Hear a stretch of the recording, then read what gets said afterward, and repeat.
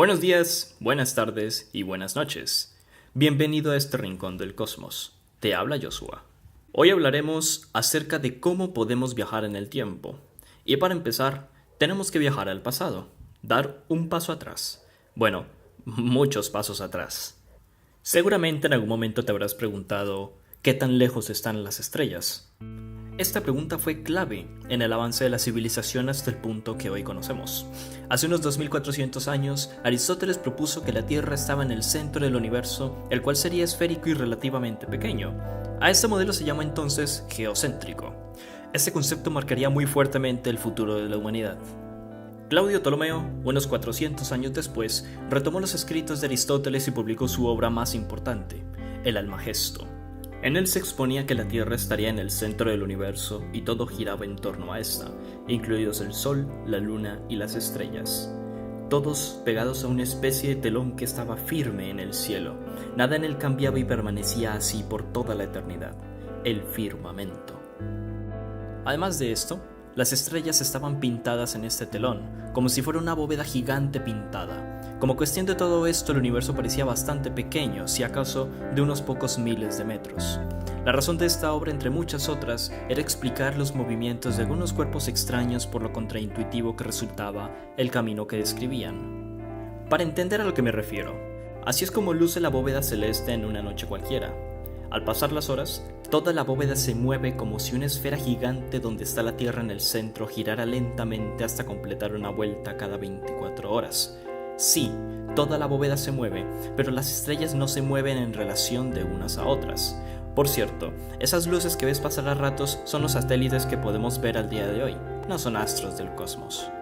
Sin embargo, existen unos cuantos elementos, específicamente 7, que podemos ver a simple vista que sí se movían con relación al resto, ignorando el aparente movimiento de la bóveda.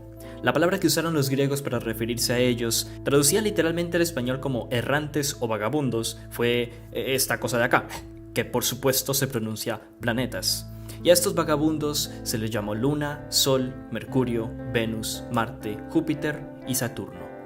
Ptolomeo propuso un modelo en el que el universo parecía más bien un sistema complejísimo de relojería en el que se explicarían los caprichosos movimientos de los planetas.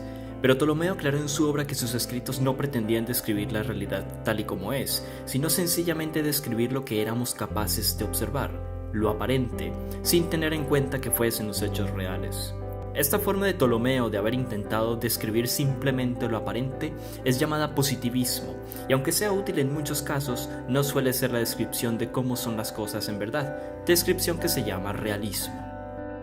Resulta que para los mismos años que vivió Aristóteles, también vivía un filósofo llamado Aristarco de Samos, quien publicó en contraposición a Aristóteles que la Tierra no estaba en el centro y en cambio era el Sol, pero murió y fue prácticamente olvidado del todo.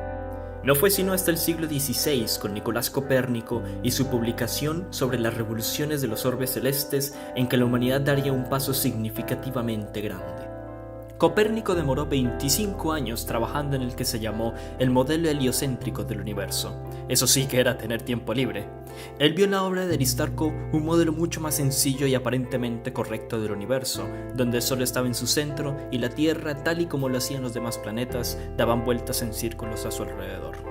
Copérnico también escribió que la distancia de la Tierra al Sol era pequeña comparada con la distancia de las estrellas, por lo que éstas no daban vueltas alrededor del Sol. Esto amplió a niveles insospechados la capacidad del ser humano de pensar en un universo mucho más grande de lo que jamás llegó a pensar, de miles y quizás millones de kilómetros. El hecho de que la Tierra estuviera en la tercera posición girando respecto al Sol, y no al revés como lo pensó Aristóteles, explicaba de otra manera el movimiento retrógrado de los planetas. Ahora el universo no se exponía como un sistema complejísimo de relojería, sino como un sistema armónico donde solo existen movimientos en círculos perfectos. Lastimosamente, Copérnico nunca vio su obra maestra publicada, producto de su miedo a que la Iglesia en algún momento, vista a sí misma vulnerable, lo condenara a muerte. Para llegado el año 1610, 67 años después de la muerte de Copérnico, Galileo Galilei fue el primero en apuntar un telescopio al cielo nocturno. Galileo fue un observador empedernido del cielo, haciendo observaciones y apuntes ciertamente precisos de las fases de la Luna, la posición y detalles de algunos de los planetas y hasta los primeros cúmulos de miles de estrellas que a simple vista aparecían una sola en el cielo. Fue así como Galileo terminó por publicar su libro Sidereus Nuncius, el libro que es considerado como el origen de la astronomía moderna, en donde estaban anotadas gran parte de sus observaciones sobre el universo. Además, Galileo probó falsas muchas de las teorías de Aristóteles como la caída de los cuerpos y reforzó la teoría de que la Tierra en verdad no estaba en el centro del universo. A raíz de todo esto, a Galileo le sentenciaron a arresto domiciliario por el resto de su vida y se le obligó a retractarse de sus afirmaciones sobre el universo. Publicaría su último libro, Discursos sobre dos ciencias nuevas, con el que se considera el fin, por fin, de la física aristotélica y moriría ciego pocos años después. Pero en 1569, un astrónomo alemán publicó dos de las obras más importantes de la revolución científica, Mysterium Cosmographicum y Astronomia Nova.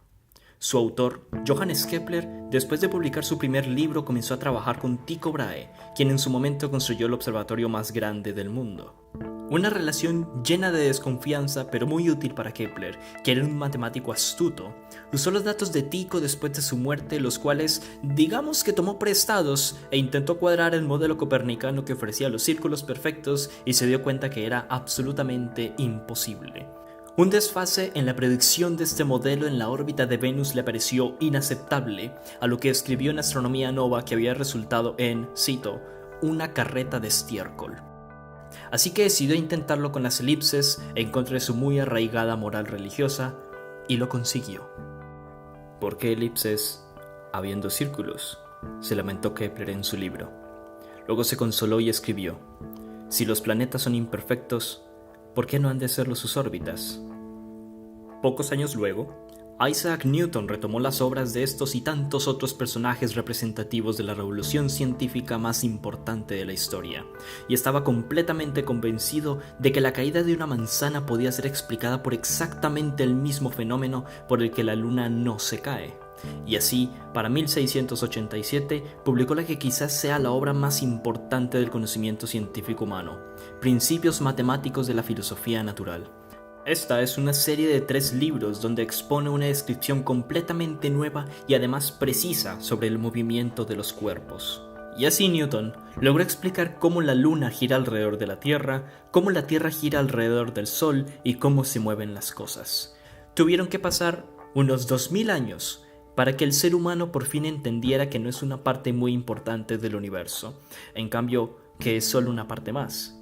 Y bueno, desde nuestros antepasados al día de hoy, nuestra percepción del universo se ha ido expandiendo a ritmos acelerados, literalmente. Comenzamos creyéndonos el centro del universo, el lugar más precioso en todo el cosmos. Los planetas, las estrellas, la luna y hasta el sol nos daban vueltas. Luego pasamos a ser solo otro de los planetas que giran alrededor del Sol. Y de ahí pasamos a ser solo un planetita que gira alrededor de una estrella muy promedio entre miles de millones en esta esquina del universo que nuestros antepasados llamaron Vía Láctea. Y al día de hoy sabemos que el universo no es solo la Vía Láctea, sino un conjunto de miles de millones como ella. Pero, en palabras de Stephen Hawking, solo somos una raza avanzada de monos en un planeta menor de una estrella muy promedio. Pero podemos comprender el universo. Eso nos convierte en algo muy especial. Uno podría decir que el ser humano se ha tomado un viaje cósmico desde los adentros más oscuros del egocentrismo hasta los rincones más escondidos del filo del universo, con una estación de humildad esperando pacientemente cada cierto tiempo. Uno podría decir que nuestra máquina del tiempo ha sido nuestra constante capacidad de ver cuán grande es el universo. Si no, ¿qué diferencia habría entre nosotros y Aristóteles, más que 2400 años en un calendario que nosotros mismos inventamos? Nuestro viaje en el tiempo ha sido descubrir nuevas maravillas, inventar nuevos objetos y nuevas ideas, crecer como especie en los conocimientos que nos va regalando la naturaleza constantemente con su imaginación infinitamente más grande que la nuestra. Aún así, si lo que quieres es realmente viajar en el tiempo, basta con salir a la puerta de tu casa y ver al cielo, a cualquier estrella que pueda ver en él. Carl Sagan, en su libro Un punto azul pálido, dice lo siguiente: ¿ves esa estrella? ¿Te refieres a esa roja brillante?, inquiere la hija por su parte. Sí, ¿sabes? Es posible que ya no se encuentre allí. Hoy puede haber desaparecido. Quizá haya explotado o algo así.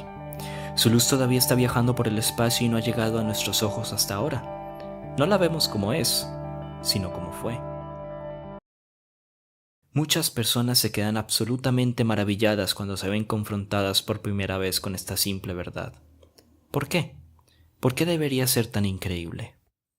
Las ingentes distancias que median hasta las estrellas y las galaxias son responsables de que en el espacio todo lo veamos en el pasado, y que incluso percibamos algunos cuerpos celestes tal como eran antes de la formación de la Tierra.